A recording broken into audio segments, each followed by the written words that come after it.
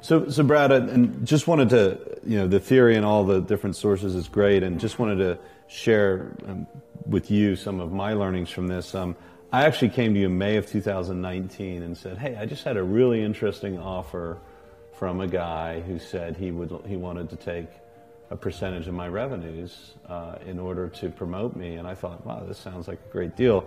And I came to you, and we organized a call. And I think this is when I hired you to become my advisor. And I thought, oh, this is great. He's just going to take a little cut of my revenue, 10% for whatever it is. And we got on one call, and I remember when we got off that call, you're like, this is not. I mean, basically, you said run for the hills. This deal is if you take this money, no one else will ever invest in your company. And I remember thinking to myself, man, I feel like an idiot because I thought I didn't know any better. I thought it was a good deal. This is why I was so glad I hired you. Yeah, it was a crazy deal. He wanted 10% of your revenue from now and forever. I'm like, who's ever going to finance that company? Seriously.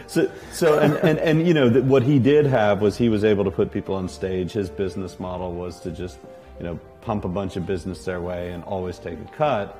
But what I found fascinating was how quickly you just said, hey, just get the heck out of there. And you even went to the trouble. You went to Lighter Capital, which is a reputable revenue-backed financing that has a cap on the amount of money they take. And we were going in there very serious. We had something put together, and he was just like, no, this is the way I do it. And we cut that off pretty quick. Yeah, that was a frolic and a detour. When you called me, I mean, because I like you, I'm like, well, okay, it seems a little crazy. So we took the call. Yeah. And he just said it was pretty much what I expected. Yeah. Well, and that was just, I mean, that right there was worth the price of admission. Just saved me from basically becoming unfundable aside from a captive of this one. And then I went after that, and I was living at the time in Ukraine with my company, James Hoop Media, where we were self-funding. I think the first 600,000 of our product was built internally from media agency.